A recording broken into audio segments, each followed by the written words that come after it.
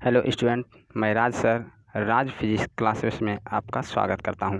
ये video only 10 के लिए एग्ज़ाम के लिए काफ़ी इम्पोर्टेंट है, लेकिन इसके बावजूद आपके कंपटीशन में भी ये बहुत मायने रखता है।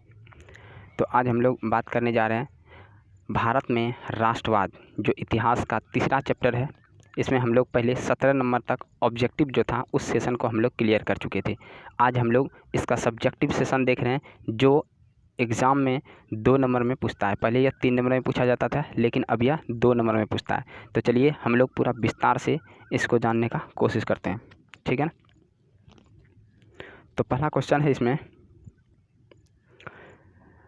गांधी जी ने सविनय अवज्ञा आंदोलन आरंभ किन महत्वपूर्ण घटनाओं के साथ किया। तो सबसे पहले आपको याद रखना है कि गांधी जी ने सविनय अवज्ञा आंदोलन जो चलाया था, इस आंदोलन का मुख्य उद्देश्य यह था, इसके मतलब से पता चलता है कि सविनय का मतलब हो गया कि हम आपसे विनती करेंगे, ठीक है ना। आप आज्ञा दें ना दें, हम वो काम करेंगे। तो सविनय के साथ मतलब आपसे विनती रहेगा कि हम ये काम करने जा रहे हैं, और वो काम आप रोकेंगे भी तो पर भी करेंगे, ठीक है ना। अंग्रेज के सामने यही आंदोलन रखा गया था, सविनय अवज्ञा आंदोलन। इसका मुख्य उद्देश्य था नमक कानून को तोड़ना, उसके बाद अंग्रेज़ों का जो सामान था उसका बहिष्कार करना। तो हम लोग देखेंगे इसमें कि गांधी जी ने साबरमती आश्रम से, कहाँ से, साबरमती आश्रम से, एक मिनट, तो आप लोगों को याद रखना है, गांधी जी ने साबरमती आश्रम से,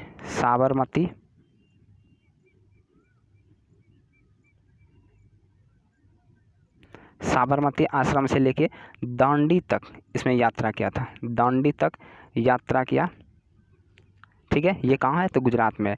दांडी तक यात्रा किया ताकि हम नमक कानून को तोड़ सकें और बहुत सारे लोगों को इसमें इस आंदोलन में जोड़ सकें। इसलिए महात्मा गांधी ये पैदल यात्रा शुरू किया था साबरमती से दांडी तक, और इसमें दांडी पहुंचकर वहाँ नमक कानून तोड़कर अंग्रेज़ों का कानून भंग किया, और इसमें स्वदेशी वस्तुओं को भी क्या किया, बहिष्कार किया गया।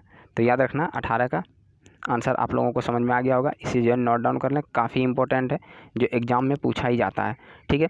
तो अगला हम लोग चलें दूसरा क्वेश्चन हम लोग पिछले सेशन में भी चर्चा कर चुके थे। किसके नेतृत्व में अवध में किसान सभा का गठन किया गया था, तो बाबा रामचंद्र, ठीक है ना। ये हम लोग पहले भी पढ़ चुके हैं।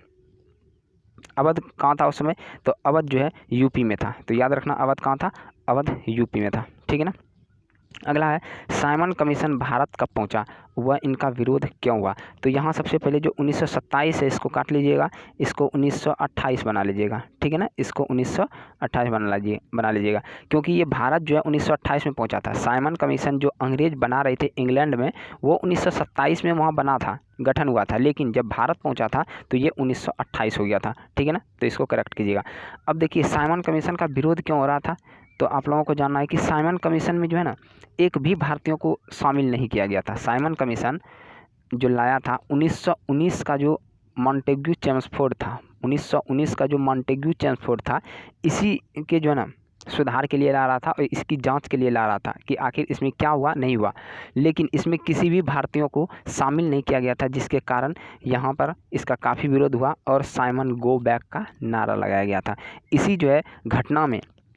इसी घटना में 1928 में लाला लाजपत राय के माथा पर लाठी के प्रहार से लाला लाजपत राय का मृत्यु हो गया था, ठीक है ना। तो याद रखना 1928 में। तो हम लोग नेक्स्ट सवाल पे चर्चा करते हैं। नेक्स्ट सवाल ऑब्जेक्टिव टाइप का है, तो इसको हम लोग देखेंगे। दक्षिण अफ्रीका से आने के बाद गांधी जी ने किन स्थानों पर सत्याग्रह आंदोलन चलाया। तो याद रखना दक्षिण अफ्रीका से जो सबसे पहले आए, तो यहाँ चंपारण में 1917 ईस्वी में चंपारण में सत्याग्रह चलाया था। तो बिहार की धरती से ये गांधी जी का पहला सत्याग्रह का पहला प्रयोग था। इससे पहले सत्याग्रह इन्होंने दक्षिण अफ्रीका में चलाए थे, लेकिन जब भारत आए तो सत्याग्रह का सबसे पहला प्रयोग ये चंपारण में किए, ठीक है ना। उसके बाद दूसरा ये खेड़ा कहाँ है, तो ये खेड़ा गुजरात में है। तो याद रखना खेड़ा कहाँ है, गुजरात में है, ठीक है ना। तो याद रखना खेड़ा कहाँ है, गुजरात में है। और अहमदाबाद भी गुजरात में ही है। तो याद रखना है, पहला सत्याग्रह का प्रयोग चंपारण में, दूसरा खेड़ा में, और तीसरा जो है अहमदाबाद भी इसमें जो है मिल आंदोलन का समर्थन किया था। और सबसे पहले यदि क्वेश्चन पूछ दे कि महात्मा गांधी ने सबसे पहला भूख हड़ताल जो है किस आंदोलन में किया था, तो आंसर हो जाएगा अहमदाबाद आंदोलन में। यहीं पर सबसे पहले महात्मा गांधी ने भूख हड़ताल किया और चंपारण में सबसे पहला अपना सत्य का प्रयोग किया, इसी को सत्याग्रह कहते हैं। तो अगला हम लोग देखेंगे क्वेश्चन, नेक्स्ट क्वेश्चन का बात करें तो मद्रास के नटेशा शास्त्री ने तमिल के किस विशाल संकलन के 4 खंडों में प्रकाशित किया है? तो याद रखना है ये कौन सा था, the Falkland of the southern India. तो याद रखना इसमें हम लोग देखे थे पिछले जो ऑब्जेक्टिव में कि किसने जो है रचना किया था, अविंद्रनाथ टैगोर में। ये किस भाषा में लिखे थे, तमिल भाषा में। तो ये भी याद रखना, पिछले हम लोग सेशन में कर चुके हैं। अगला क्वेश्चन है, सत्याग्रह के विचार में किन 2 बातों पर जोर दिया जाता था? देखिए सबसे पहले नाम पे ही जाना है, सत्याग्रह का मतलब हो गया सत्य के लिए क्या करना, आग्रह करना। तो पहला हो गया सत्य की शक्ति पर आग्रह करना और दूसरा सत्य की खोज। तो इसी पे आधारित महात्मा गांधी ने एक जो है बुक भी लिखा था कि जो है सत्य के साथ मेरा पहला प्रयोग। तो क्वेश्चन पूछेगा सत्य के साथ मेरा पहला प्रयोग, यह बुक जो है किसने लिखा हुआ है? तो याद रखना महात्मा गांधी ने। ठीक है ना, नोट कर लीजिएगा, बहुत इंपॉर्टेंट है, एग्जाम में पूछा हुआ है। नेक्स्ट क्वेश्चन पे बात करें, रॉलेट एक्ट। ये रॉलेट एक्ट क्या था? तो देखिए रॉलेट एक्ट, इसे काला कानून कहा जाता है।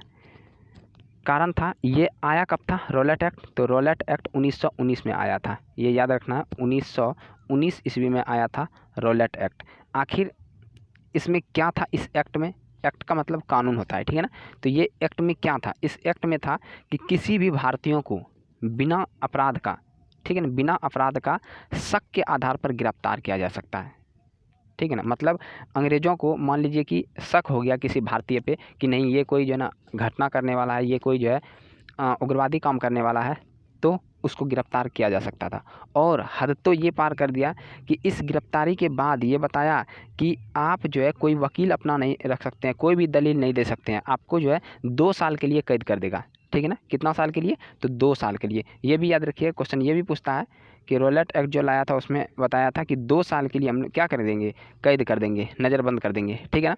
तो ये आंसर हो जाएगा। इसलिए लोगों ने इसका विरोध किया और इसे काला कानून कहा, ठीक है। नेक्स्ट क्वेश्चन देखते हैं, वंदे मातरम गीत कब और किसने लिखा था? तो ये क्वेश्चन हम लोग पिछले जो है ऑब्जेक्टिव सेशन में भी देखे थे कि वंदे मातरम गीत जो है जब बंकिम चंद्र चटर्जी ने लिखा था 1870 में, ठीक है ना। तो इसमें किसका गुणगान किया गया है? इसमें भारत माता का गुणगान किया गया। तो याद रखना इसमें भारत माता का गुणगान किया गया। हम लोग देखे थे कि जनगण मन कौन लिखा था? तो जनगण मन जो है लिखा था किसने?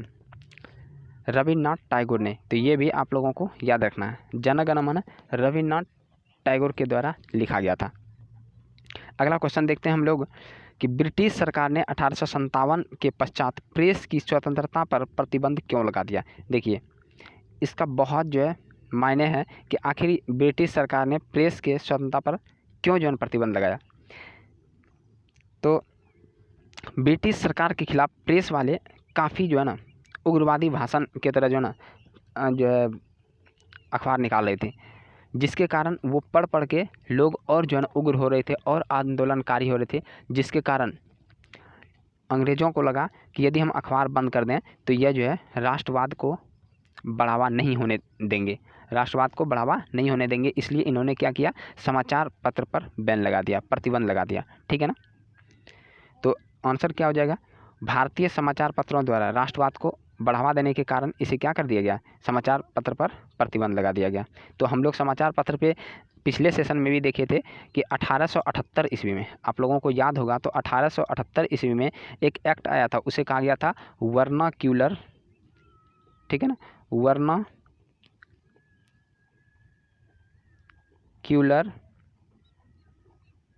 तो आप लोग बढ़िया से लिख लीजिएगा, वर्नाक्यूलर प्रेस एक्ट 1878 में लाया था। तो उस समय जो है लाया इसको कौन था?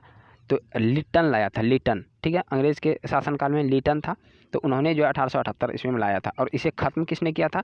तो 1882 में इसको ख़त्म कौन किया था? तो ख़त्म किया रिपन ने, ठीक है ना, याद रखना है। इसको ख़त्म किसने किया? रिपन ने। तो ये इंपॉर्टेंट है, आप लोग याद रखिएगा। तो चलते हैं हम लोग नेक्स्ट क्वेश्चन पे, ठीक है। नेक्स्ट क्वेश्चन देखिए, ये क्वेश्चन हम लोग पिछले सेशन में भी चर्चा किए थे ऑब्जेक्टिव में कि भारतीय राष्ट्रीय कांग्रेस की स्थापना कब हुआ था? 1885 में। तो आपको डेट भी याद रखना है, 28 दिसंबर 1885 ईस्वी में। इसके प्रथम अध्यक्ष कौन थे? व्योमेश चंद्र बनर्जी। इसको जो है बनाने में सहायता कौन किया था? कौन सा अंग्रेज था जो स्थापना करने में सहायता किया था? तो याद रखना है A.O. ह्यूम। A.O.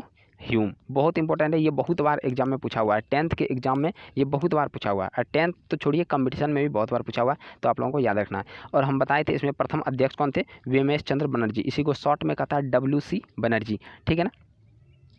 तो चलिए नेक्स्ट क्वेश्चन देखते हैं। 1922 में गांधी जी ने असहयोग आंदोलन वापस क्यों लिया था? ये भी बताए थे। असहयोग आंदोलन में चौरी चौरा जो है जगह पे एक हिंसात्मक घटना हुआ था, जिसमें 22 पुलिसकर्मी को जिंदा जला के मार दिया था, ठीक। कब? तो ये डेट पूछता है 5 फरवरी।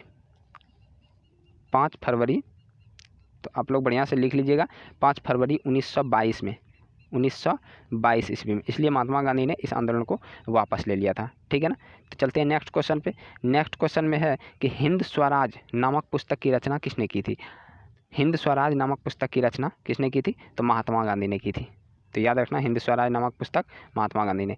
उसके बाद ये भी हम लोग पिछले सेशन में देखे थे, मुस्लिम लीग की स्थापना जो है 1906 ईस्वी में कहाँ हुआ था? ढाका में। कहाँ हुआ था? ढाका। ढाका अभी कहाँ है? तो बांग्लादेश की राजधानी कहाँ है? ढाका है। ढाका में जो है किसने किया था? आगा खां और सलीम उल्लाह खां ने किया था। तो ये याद रखना आप लोगों को। उसके बाद गांधी जी ने, अगला क्वेश्चन है 32 नंबर, गांधी जी ने किस वर्ष बिहार के चंपारण इलाके का दौरा किया था? तो ये 1917 में था। कहाँ पे किया था? तो याद रखना आपको, चंपारण में किया था। कहाँ पे किया था? चंपारण में। तो गांधी जी को आमंत्रित कौन किया था? ये बहुत बार क्वेश्चन पूछा हुआ है। गांधी जी को आमंत्रित किया था राजकुमार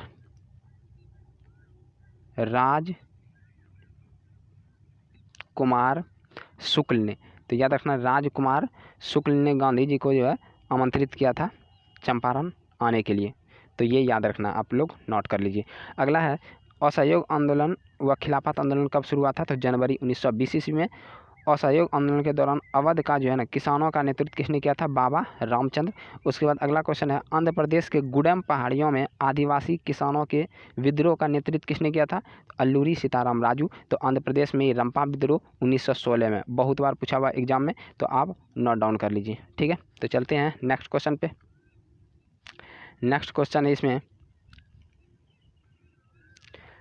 किस दशक में उग्र गुरिल्ला आंदोलन फैला था? तो 1920 के दशक में। पूना जो है पैक्ट किसके किसके बीच हुआ था? तो गांधी जी और अंबेडकर के बीच हुआ था। पिछले सेशन में देखे थे। डिस्कवरी ऑफ इंडिया पुस्तक के जो लेखक कौन थे? जवाहरलाल नेहरू। और रविंद्रनाथ टैगोर कौन थे? एक चित्रकार थे। ये हम लोग देख चुके थे, इसलिए जल्दी जल्दी निकल जाते हैं। उसके बाद अगला क्वेश्चन है खिलाफत आंदोलन किसने शुरू किया था? तो अली बंधु मोहम्मद अली। खिलाफत आंदोलन किसने किया था? मोहम्मद अली और शौकत अली। ये याद रखना, अली बंधुओं ने खिलाफत आंदोलन शुरू किया था, ठीक है ना। और साइमन कमीशन भारत कब पहुंचा था? 1928 ईस्वी में। उसके बाद हम लोग नेक्स्ट टाइम में लघुत्तरी प्रश्न करेंगे, ठीक है ना। ये अति लघुत्तरी था, ये भी 2 नंबर में पूछ देता है। कोई क्वेश्चन 2 नंबर में था, कोई क्वेश्चन 1 नंबर में पूछता है। उसके बाद हम लोग देखेंगे लघुत्तरी प्रश्न, जितना भी उसको पूरा डिटेल से देखेंगे। तो आप लोग इस वीडियो को पूरा अच्छा से देखिए और रिविज़न कीजिए। रिवीजन ही आपका जो है बेस्ट होगा, और एग्ज़ाम में आप जब बैठेंगे तो आपको क्वेश्चन याद आएगा, तो बहुत खुशी होगा, ठीक है ना। और ये कामना करते हैं कि ये सारा क्वेश्चन आपके एग्ज़ाम में आएगा, क्योंकि बहुत ही इंपॉर्टेंट है। जितना भी हिस्ट्री से क्वेश्चन रहेगा, भारत में राष्ट्रवाद, तो भारत में राष्ट्रवाद से ये सब इंपॉर्टेंट क्वेश्चन है और यही सब पूछा जाता है। आप लोगों को सूचना दे दें कि जो चैनल है राज फिजिक्स क्लासेस बांका में, इसमें जो है इस चैनल में आपको पूरे 10th का सिलेबस फ्री में जो है पढ़ाया जाएगा। और सिर्फ पढ़ाया नहीं जाएगा, बल्कि आपको नॉलेज दिया जाएगा, ठीक है ना। नॉलेज के साथ आप इसमें जो है ना अच्छा नंबर प्राप्त कर सकते हैं। तो जुड़े रहिएगा हमसे, और आप लोग अपने दोस्तों के साथ शेयर भी कीजिए, ठीक है ना। तो चलिए हम लोग नेक्स्ट टाइम मिलते हैं। जय हिंद।